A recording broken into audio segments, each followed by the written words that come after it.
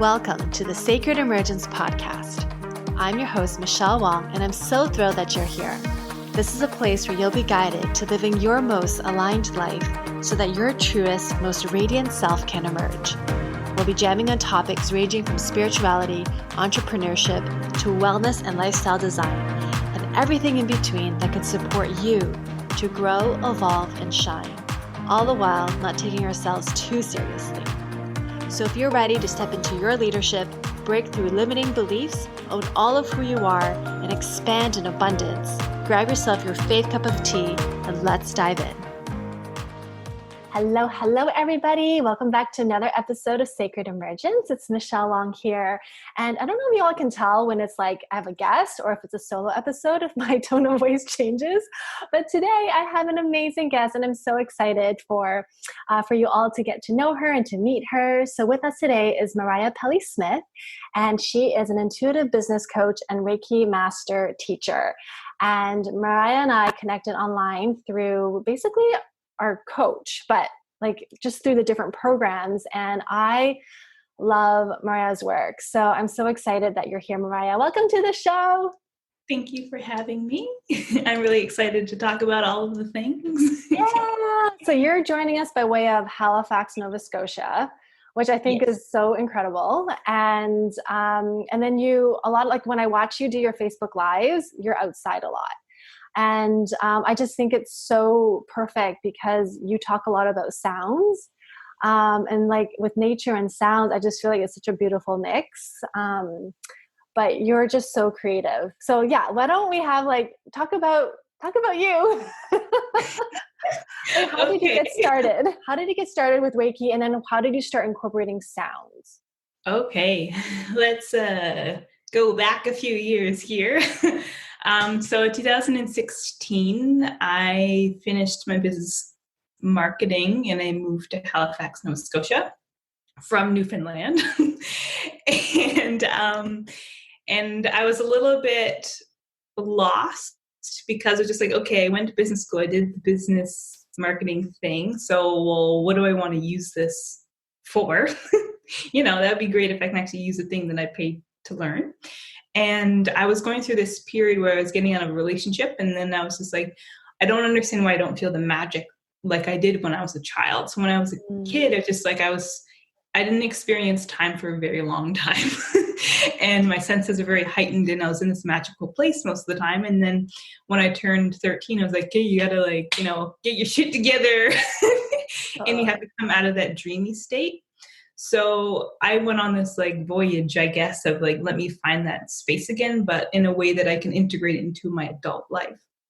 So I found this cute little purple house on one of the streets in Halifax, and it was a healing center, and they did Reiki and yoga, and they sold crystals. And so that was sort of my first introduction to spirituality. So then I started going to this Kundalini yoga class. And at the time I was like, this is crazy. He's moving in all these weird directions. We're doing weird mantra and breath work. And I was like, all right, whatever you're doing, it's working for you. So I guess sign me up, we'll do it. So I kept showing up to this teacher named Austin Hahn. I kept coming to the classes. And then it was full classes. And every time I went, it got smaller and smaller and smaller. And then eventually it was really me and three yoga classes. Oh my goodness. And then he just asked me if I wanted to sit for my Reiki level 1 attunement. And I was like, I have no idea what that is. What did you just say? What's that? And I was just, but at the time, this human, he was just oozing wealth. And it just felt like I was being healed just being in his presence. So I had such trust with him. I didn't even know him, but I was just like, I trust you with my life. And I was just like, if you feel like that's something I need to do, then let's do the thing. So I went for that class and I sat with 3 other people, and he did the whole attunement of opening the channel and putting the symbols in my hands. And we did it outside in October, so it was a little chilly, barefoot on a fancy chair. And he was doing opening thing, and I could feel his hands on my feet.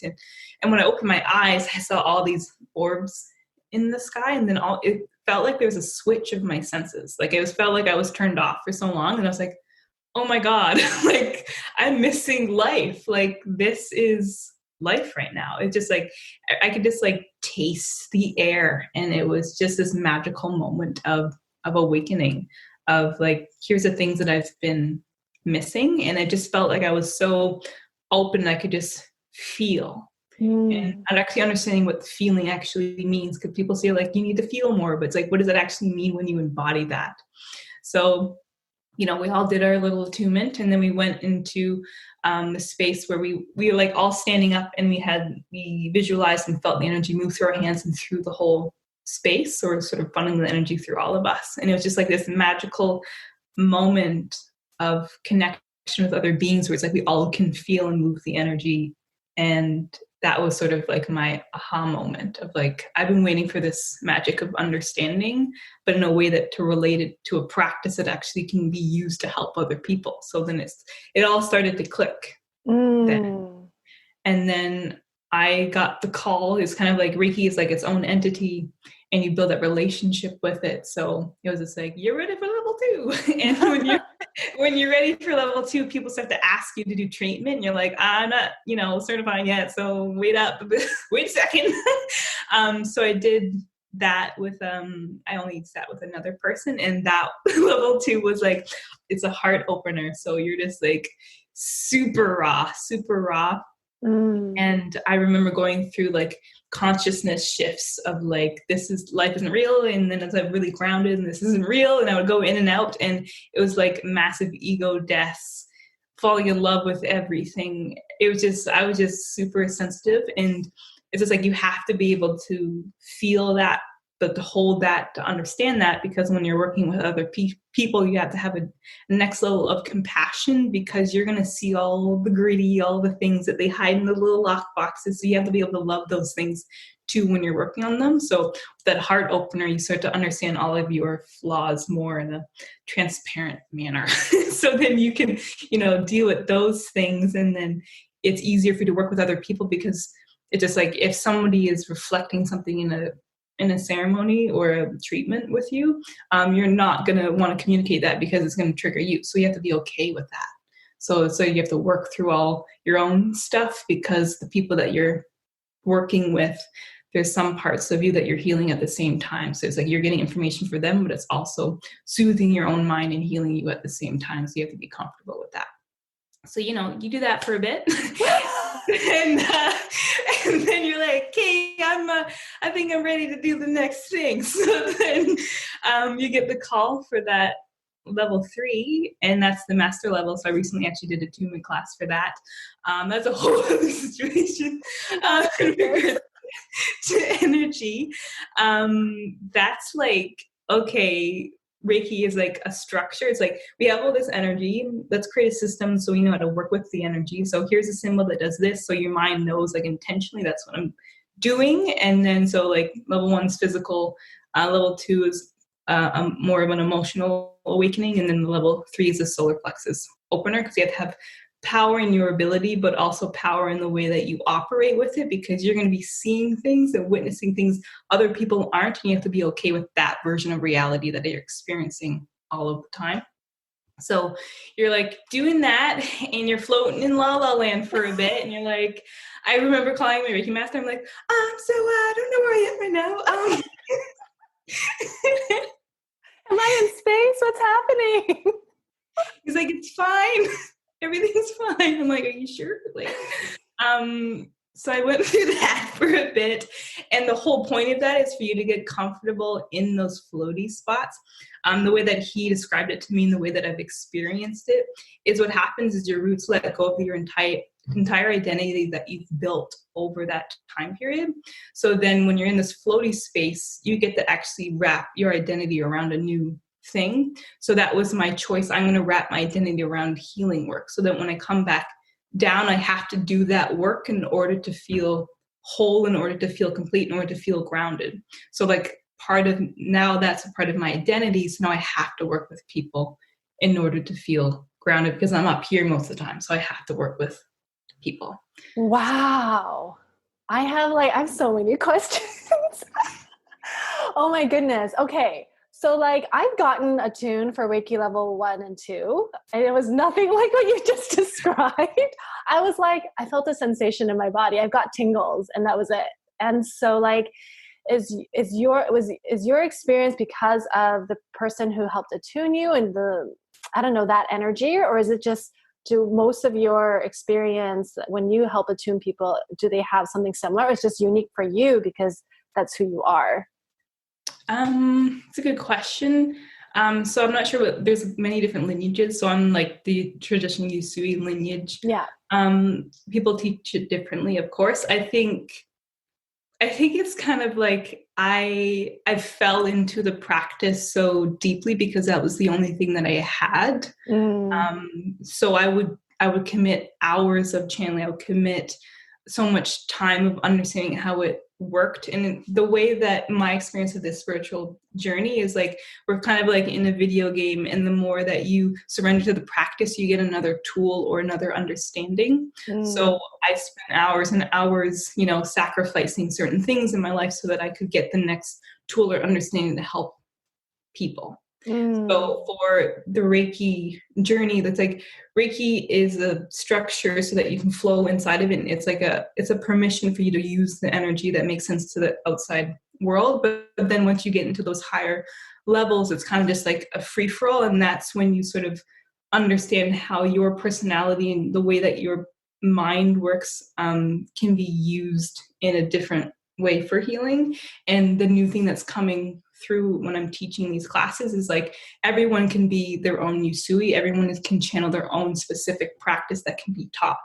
So now, like this ancient reconciliation that I made posts and stuff about, that's a totally different practice from Reiki, but Reiki opened me up to the possibility that even it could be a thing. So all the new symbols and channeling the first language and channeling full conversations, like Reiki helped open that situation. So it's kind of like, how much are you willing to surrender to the practice and allow it to move through you? I love that. Okay. So I think that's the piece right there. Like, you have to be committed to the work. And you were, I wasn't. But it's just like, you're super like intuitive, and I would say you're psychic. Just from watching your lives when you do card pulls, I'm like, oh my God, like Mariah just looked into my soul and through video form. Cause like, we've never actually been in person, like met in person.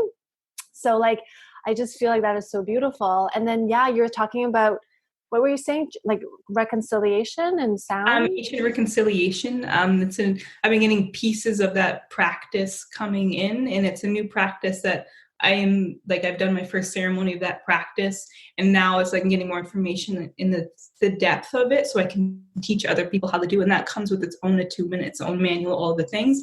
And my life's work now is to channel that and make it in a manual and all those sorts of things. So what kind of reconciliation? Ancient reconciliation. So does that mean like healing your past? Yeah, it's like it's mind blowing. Like every day I'm like, oh my God. Because what I did in the first ceremony, I was just like, everyone go back to back, and I don't know what's gonna happen, but let's just go through the thing. So open the portal, click the thing, and then what happens is I hold the person, and then I connect.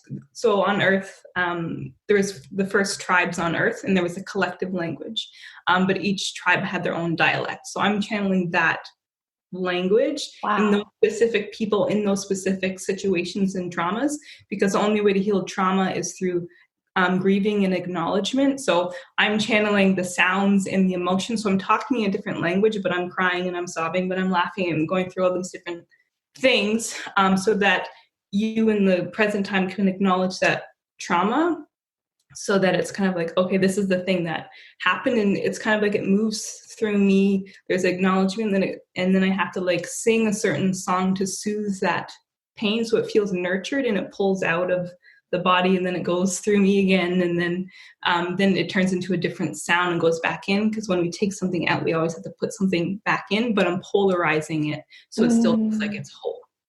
I love that. Ooh, that sounds so like juicy, and also like I think the fact that you're so aware of the work that you do, it's like, it's safe. Like it's a safe space for you to hold that container. So that came through you as you opened up your channel. So Reiki was kind of like the gateway to. Yeah.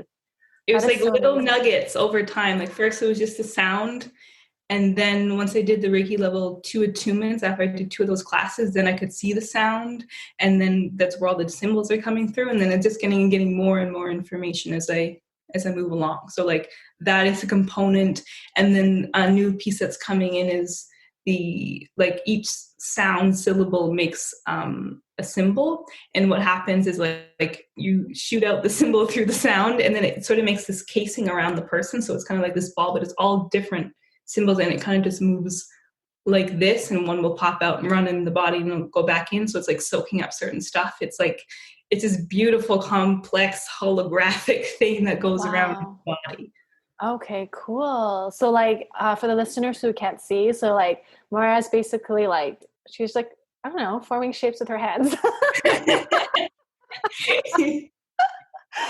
And so like so like for me to wrap my mind, because I've done my level 1 and level 2 Reiki, and there's specific symbols. So it's almost like, I think of it almost like Chinese characters in a way, like there's just symbols. And so when you see symbol, you see them in the form of sound. So there's a certain sound, and that sound translates into certain lines and dots and things, and then that symbol also has a specific meaning. The ancient language that comes through, everything was more direct, more emotional, and over time we sort of filled things. So that's why there's a delay in emotion, and that's why people can't feel emotions much, because we put so much stuff in between what we're actually trying to put out. Wow. Okay.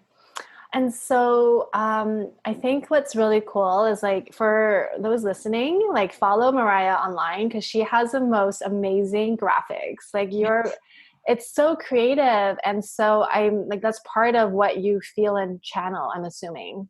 Yeah. And so I think you changed your branding. So it's your name. Is that correct? Yeah. Okay. And it worked, if you noticed. Totally worked. And so like previously, if you don't mind me talking, like, it was embodied wealth, right? And so and you talked about wealth, like you mentioned that when you were talking about like the person that was helping you with your level 1, he just oozed wealth. So like, how do you translate wealth? I'm so curious. Yeah.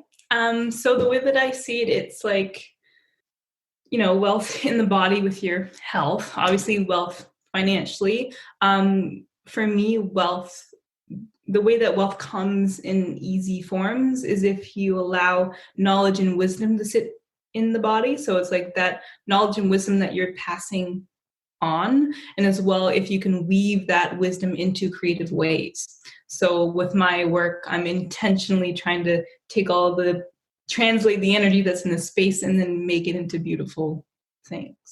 So that oozes wealth, because it's like my branding is very intentional. All the symbols are very intentional for a certain, it's just like if there's a symbol there, that there's a reason for that, and it hits people in specific ways.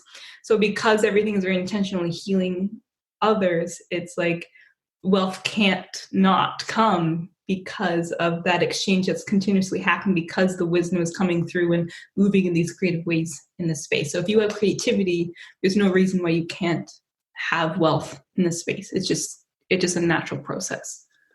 So why? Because you hear a lot of like starving artists. Mm-hmm. Is it because you think it's just their mindset, or they're somehow blocking it then? Like it's their own story?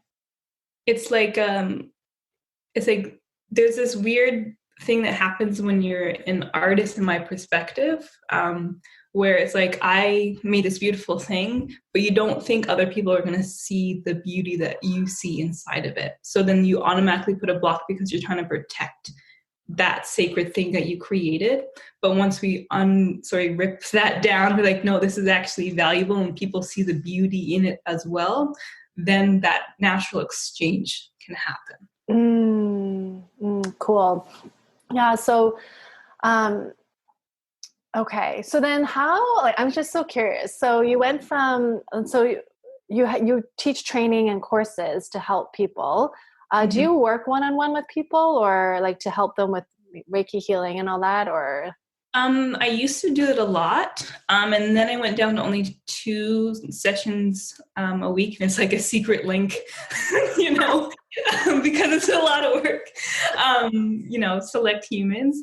I'm not currently taking any one-on-ones right now. I'm more focused on like a new mastermind that's coming out in October, where it's like there's a group thing, but I also have one-on-one situations. Gotcha. So that's sort of, I'm doing it right now. And like the last, I guess, 5 months, literally everything's been online except for that retreat that I was at and did my first ceremony at.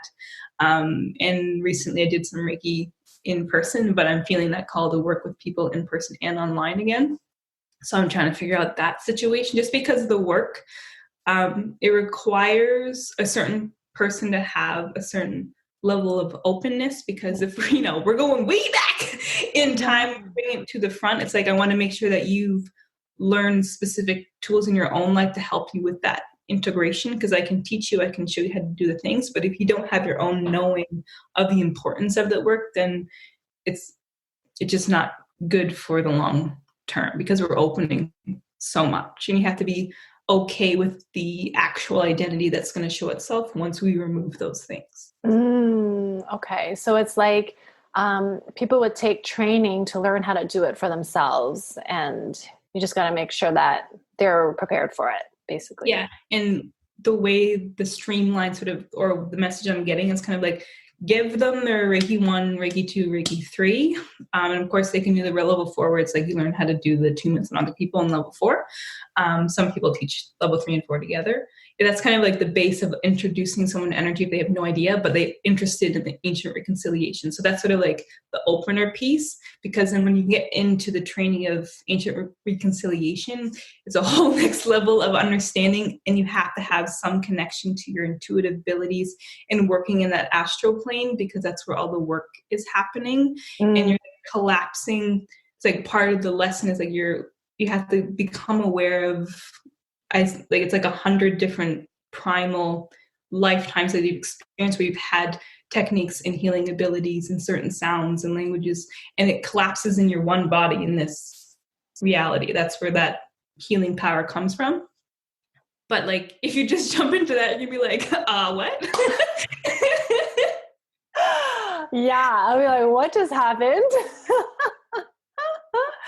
Okay, because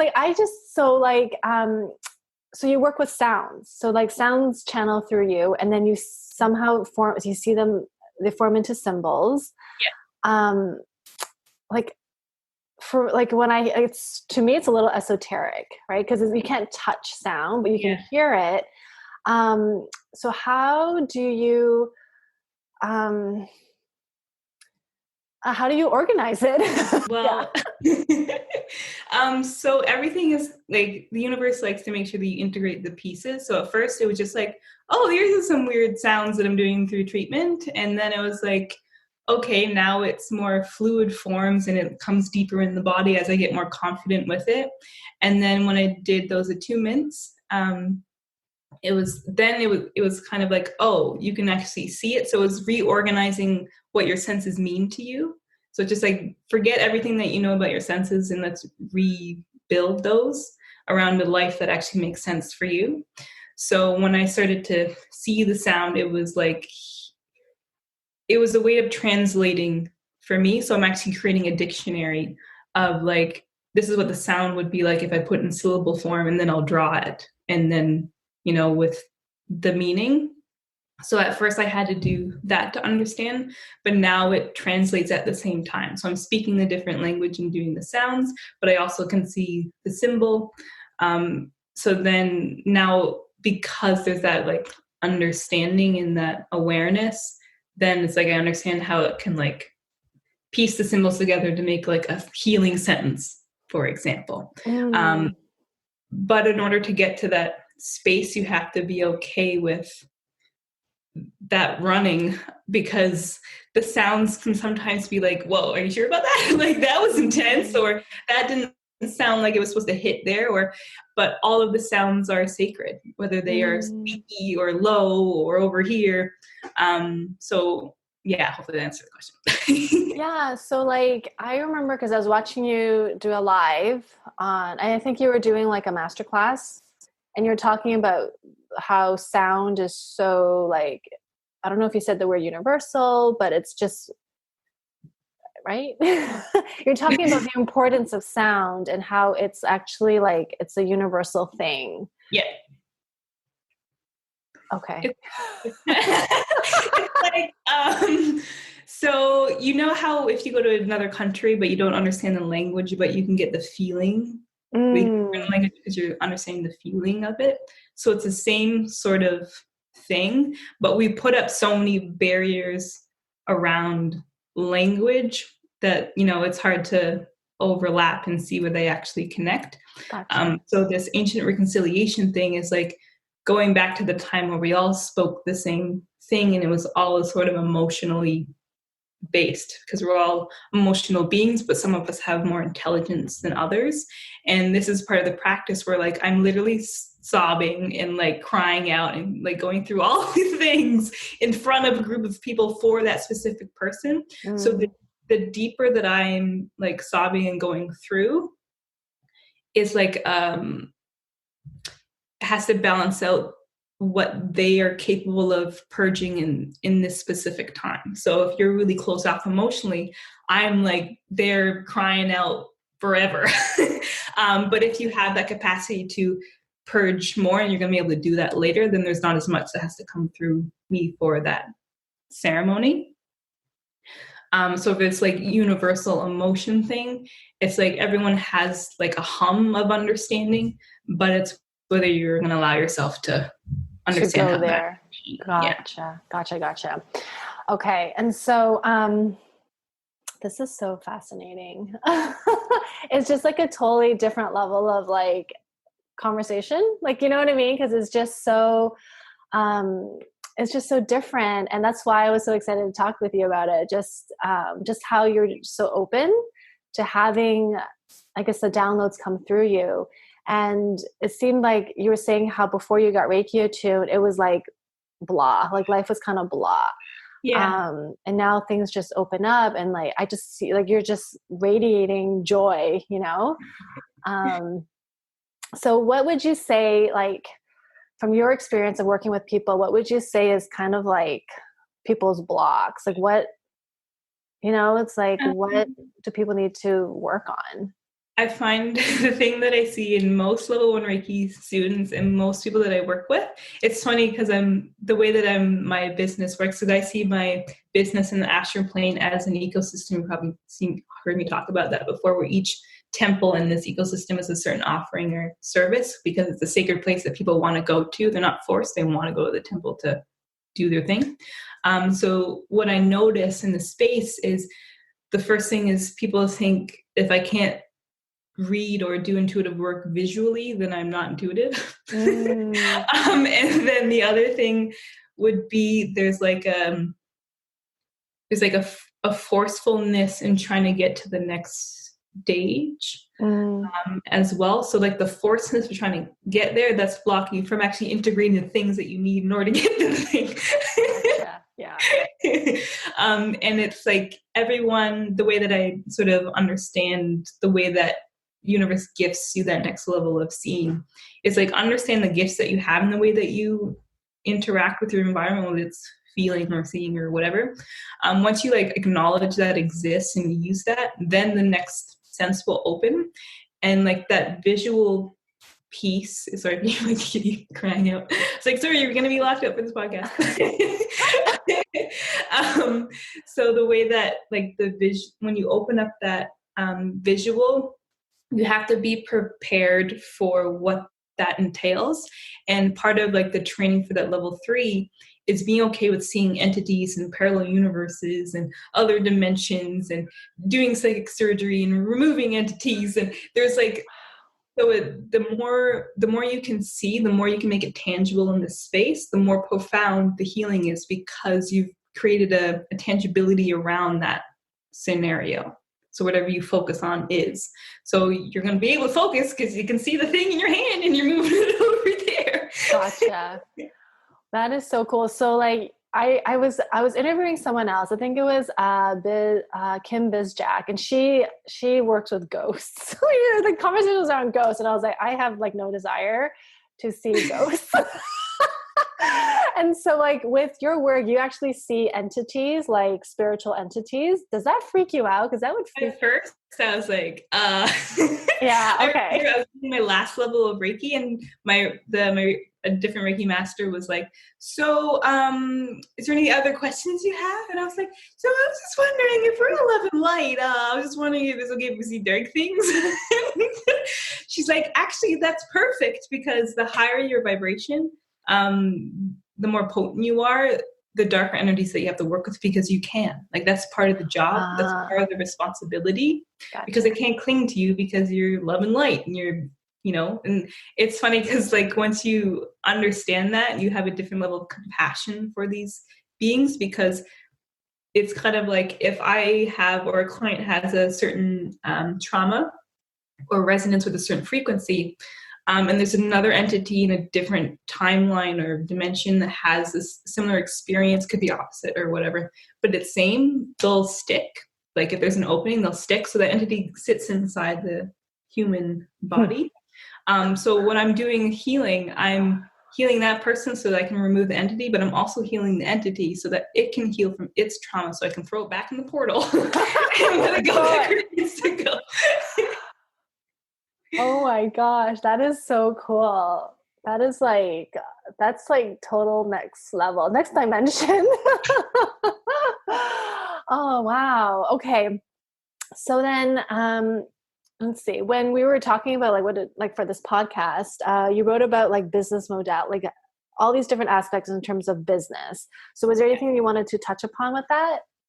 Yeah. So, I went on this like journey of separating them. So business is over here and energy work was over here. And then it's interesting how I watched my journey where they've gotten closer and closer and closer and closer. And then they became embodied wealth. Mm-hmm. And embodied wealth is like a cover of like, eventually I'll, do my brand, which is me. And here we are. I love it. So I think I had to come into myself more and understand how much I work with energy and how I actually feed it specifically in everything that I work on. So for me, if I'm like, when I do my masterminds and stuff, it's like when we have our one-on-ones, they have an option to get a Reiki healing. They have an option to do HR reconciliation. They have an option to just do business coaching for whatever. They have an option to do graphic design or branding in that session, because it's like I'm working with the whole system. So everyone that works with me, it's like they have a appreciation for that energy. So why wouldn't we want to clear out the physical being? Because that's going to radiate and echo into everything else that they do. And it's just like, well, how does energy work with graphic design? Well, I know firsthand how it does, because I'm able to, this is like what my Glorious Graphics course is going to program is, where it's like you're able to see the beautiful concept or thing that your mind, but you're able to translate it in a beautiful imagery visual that's going to be easier to eat for other people. And if you can make beautiful PDFs and all these things from all of your concept, there's a certain resonance that happens with that. So you're downloading through that openness of your intuitive ability, and then embedding those things with a certain energy frequency. And then you add in, like, you actually understand the technical, then you can make magic. And that's how I make all my visuals. Like all the stuff that you've been seeing, like that only takes me like 25 minutes. Like it doesn't take me that long. Oh my goodness. Just that understanding of how to work with them. I love it. So it's almost like by the time you see the graphic, there's so much behind, like there's a lot of energy behind it, that it's like the right people will understand it, be called to it, and be attracted to it. And it's like, that was the intention behind it. Versus me, I'm sitting at my desk and okay, what picture do I want to use? And like, what's the, the title? Like, it's very like logical, linear, like, you know what I mean? So I love how playful, and yours has like, I don't know, there's magic to it right behind the scenes. That's so cool. And so like, I'm curious for like your mastermind. So your mastermind is just like, it's just working with you and how they want to like they get all of you. So it's not just like all of the things. That is so cool. And I'm just actually ending a prosperous prep on the 8th, and then I'm going to start Empowered Evolution in October. So this one was more of like, here's some like juicy downloaded concepts that we can throw into things that you already know about, like a totally different perspective. And then we have like work days and one-on-ones. But this new one is more of like, okay, this week for this specific person, we want to work more on like healing the body or the nervous system. So we work on that. And then it's kind of like everything feeds into each other. So what did we learn from this one? Well, how can we utilize this for the next focus that we're doing next week? So maybe like you had all these, eureka moments and concepts that come through for your session. So how about we actually tangibly make those into a visual? Because now we're going to focus on graphic design. So like we're both on the thing. We pulled the stuff. I'm working on their graphic, the same with them. I want it like this. So they're learning how to do the graphic design at the same time as we're creating an asset that they can actually use, and they're like, oh my God, this would be good for this. And then they get the idea for a program. And then the next week we can, flesh out the program and actually add the visuals that we made because we did that session. So it's like a loop where they get to see how the healing work feeds into everything else. That is so amazing. I love that. Like exactly what you're saying, how business is not separate from like the creation and like the healing. It's like you're merging it together. And I just feel like that whole thing around like our heart opening that you're talking about, just like being open to what is possible, and the whole thing around abundance and wealth. It's like, I get it. That is so incredible. So is there anything else you wanted to share before I ask how people can learn about you? I think the other thing would be like the Psychic Sounds course, and I'm launching on the 8th for Psychic Sounds. It's like teaching people how to see sound, because it's going to be attunements in beautiful PDFs and all of the things in meditations and stuff. And it's going to be the foundation. It's like I'm allowing that container for me to channel deeper for ancient reconciliation. So it's like channeling the stuff in real time, teaching people the things that are fresh and new that are just coming in. And then I can use all of that to build upon for when I start teaching the ancient reconciliation. Because right now I have like the mini dictionary and I have the concepts, but for me to like, I want to be fully understand, like, how do I connect with these all 100 other, lifetimes? And because I can see it's kind of like we're all in a circle all of the time. You just click one in when you need one. So I'm fully allowing that understanding to sit in my body so I can do it efficiently, so then I can teach it better. That is so cool. Okay, so this episode is going to drop pretty soon. So hopefully listeners can catch it in time. And if you want to learn more. So amazing. Okay, so how can people learn more about you? So my name is Mariah Pelley-Smith, and I'll be Mariah Pelley-Smith on the internet. So on the Facebook, it's Mariah Pelley-Smith, and on Instagram, it's Mariah.Pelley-Smith. My website is still embodiedwealth.ca. I'm fighting with Google right now to get my domain for my name. It's fine. It's working out. What else? Are those most of the... it's not launching until my birthday, but I'm starting a new YouTube channel called Mariah TV. I love it. Mariah TV. Okay. Exciting. And I guess I would just mention before I go that I hired 2 people on Monday. So yeah, congratulations. That is so awesome. Yeah. It's like you invest in someone else to help you teach the things. And then when you're finished that container, it's like, oh, I can invest in other people to help me grow my foundation here. So I'm amazing. In that space right now. So it's pretty exciting. I already feel like the explosions because they're just like, yeah, so I already downloaded all the things because I'm pulling all the content from all my groups, all of my masterclasses, pulling them, putting my cute little intro, and they're pre-uploading it to the YouTube channel. Like, it's just going to be amazing and efficient. Oh my God, I cannot wait. Okay, so you're saying you're launching your YouTube channel on your birthday. So when's your birthday? September 20th. Oh my God, September 20th. Okay, that's exciting. So, well, I'll find a way to share that link, or people can just YouTube search Mariah Pelley or Mariah TV. Yeah, and then Mariah TV, and that will be there. Oh my God, congratulations on it's so exciting. It's so fun watching you. All right. And I'll definitely put all the links that you shared in the show notes so those who are interested can find you. And then if you're tuning in, please share this episode. Insta stories is great. Facebook stories is great. Just tag us. And it was such a pleasure having you, Mariah, and getting to know you more. Yeah, because I've only seen your little bubble. I know, you get my little bubbles on Facebook. Oh my goodness. All right. Thank you so much. Thank you for having me. My pleasure. Bye. Join our free private Facebook group community, Sacred Emergence, to receive more connection, guidance, and support. And take part in our 5-day Inner Confidence Challenge to not only boost your confidence, but to help activate your inner leadership. Details in the show notes. Thank you for listening to the Sacred Emergence podcast. Make sure you subscribe so you don't miss an episode, and thank you in advance for sharing this with others who can benefit. Until next time.